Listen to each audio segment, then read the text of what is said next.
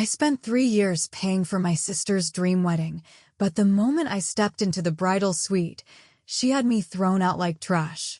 She didn't realize that the entire wedding, the venue, the dress, and even the groom's ring was in my name. My revenge was just beginning. My name is Chloe.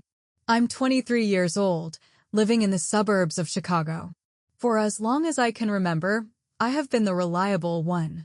My sister, Vanessa, is 25, and she has always been the beautiful one. In our family, beauty was currency, and Vanessa was a billionaire. When Vanessa announced she was marrying Mark, a guy from a wealthy family who treated her like a queen, our parents were ecstatic. The problem? Mark's family had recently hit a financial rough patch they were hiding from everyone, and my parents had zero savings. Vanessa came to me crying, "Chloe, please. I need this wedding to be perfect.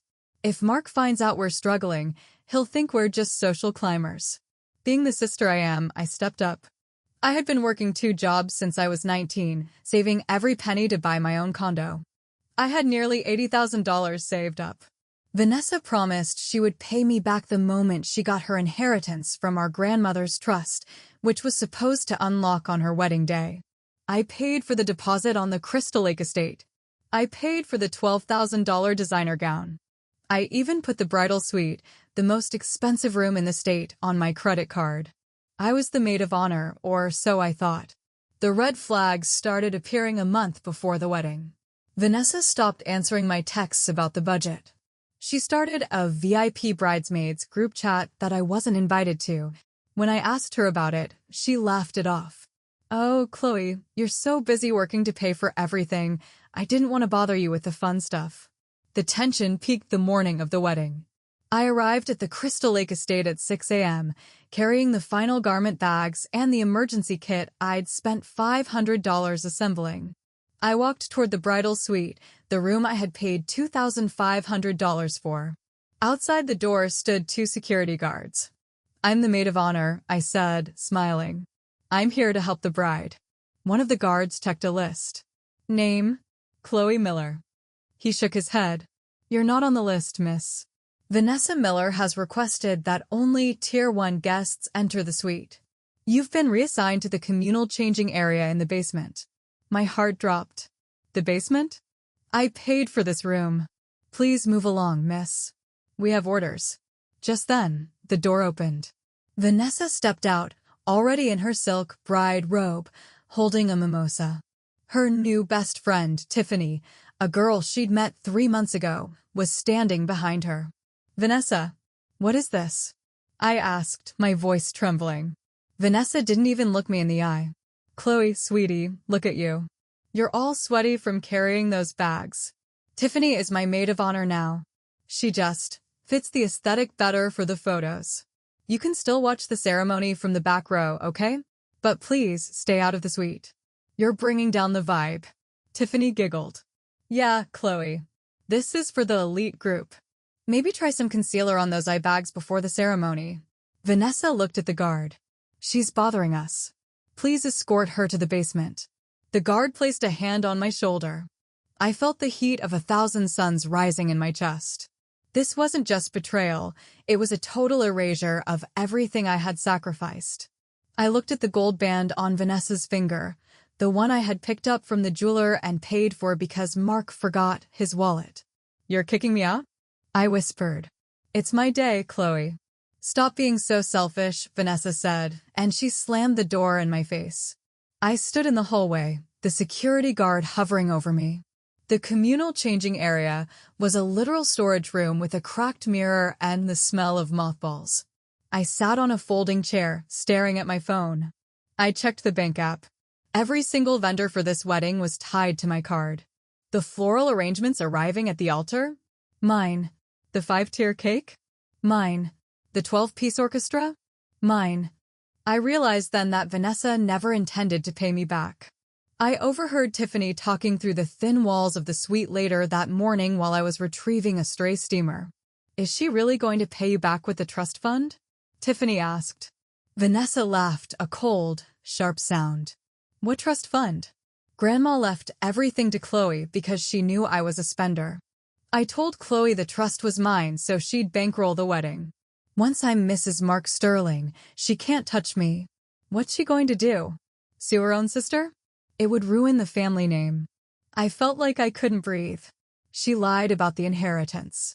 She used my own future, my condo money, to buy a life she didn't earn, and then she threw me in the basement because I wasn't aesthetic enough to be seen in her photos. I walked to the bathroom and splashed cold water on my face.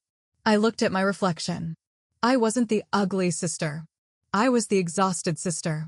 I was the sister who had been working 60 hours a week while Vanessa went to brunch. The emotional breakdown lasted exactly 5 minutes. Then, the coldness set in. I am a project manager by trade. I know how to shut things down. I pulled out my laptop. I had a master wedding folder because I was the one who coordinated everything. I saw the contracts. Clause 14. The individual whose name is on the credit card and signature line is the sole owner of the services provided. Cancellation or modification can be made up to 1 hour before the event start. It was 1:30 p.m. The ceremony started at 3 p.m. I called the catering manager. Hi, this is Chloe Miller. I am the primary account holder for the Sterling Miller wedding. I'd like to exercise my right to redirect services. Of course, Ms. Miller. What do you need? I want the open bar closed. Immediately. No alcohol is to be served. Switch the 5-course meal to the basic continental water and crackers only. And the cake? Don't bring it out. Donate it to the local shelter. Next, I called the florist. The floral arch at the altar? Take it down. Pack it up. I'm donating the flowers to the hospital down the road. Now. Finally, I called the estate manager. The bridal suite? Since I am no longer allowed inside, I am canceling the reservation for the night. Please have the security guards remove the occupant's luggage and place it on the curb. Yes, right now. But Ms. Miller, the bride is inside. The bride is not the pair, I said firmly. I am. And I am checking out. At 2:45 p.m., I walked out of the basement. I wasn't wearing my bridesmaid dress. I was wearing a sharp, black power suit I'd kept in my car. I looked like $1,000,000. I walked to the ceremony garden. Guests were starting to arrive. Mark's wealthy friends were looking around, confused. The beautiful floral arch was gone, leaving just a bare, wooden frame. The orchestra I had hired was packing up their violins. What's going on? Mark's mother asked, clutching her pearls. Where's the music? Where are the lilies? Budget cuts, I said with a sweet smile. Revenge is a dish best served without a soundtrack. Suddenly, a scream echoed from the main house. Vanessa was being escorted out of the bridal suite by the security guards. She was halfway through her makeup when I lashed the other bear. She was clutching her $12,000 dress, which was now in a plastic bag because her luggage had already been tossed onto the gravel driveway. "Si Chloe," she roared, spotting me. She ran toward me, tripping over her silk robe. "What did you do?" "The guards said the room is canceled. The caterer said there's no food." The guests turned to look. Mark ran over, his face pale. "Chloe, what is this?" "My parents are here. This is embarrassing." I stood my ground, my voice calm and projected so everyone could hear. "Vanessa, you told me I wasn't elite enough for your bridal suite. You told Tiffany you lied about the trust fund just to steal my savings. You wanted a wedding that fit your aesthetic? Well, this is the aesthetic you can actually afford, nothing. I'll pay you back." Vanessa cried. "Mark, tell her." "With what, Vanessa?" I asked. "I checked the trust documents this morning. Grandma left it all to me. You have $0. And Mark? His family is bankrupt. He was counting on your trust fund to save his family." The silence that followed was deafening. Mark looked at Vanessa. Vanessa looked at Mark. The perfect couple was built on a foundation of mutual lies and my hard-earned money. "The wedding is off," Mark's father announced, looking disgusted. "We aren't marrying into a family of fraudsters." "Wait," Vanessa begged. "We can still have the reception." "There is no reception," I said. "I canceled the venue's liability insurance for the day. If anyone stays on this property for more than 10 minutes, you're trespassing." My revenge is making sure you leave exactly how you treated me, with nothing. Vanessa collapsed onto the grass, her Tier 1 bridesmaids backing away from her like she was radioactive. Tiffany was already calling an Uber. I walked to the curb, picked up my own suitcase, and looked at my sister one last time. You wanted the spotlight, Vanessa. Enjoy it. I drove away and went straight to the airport.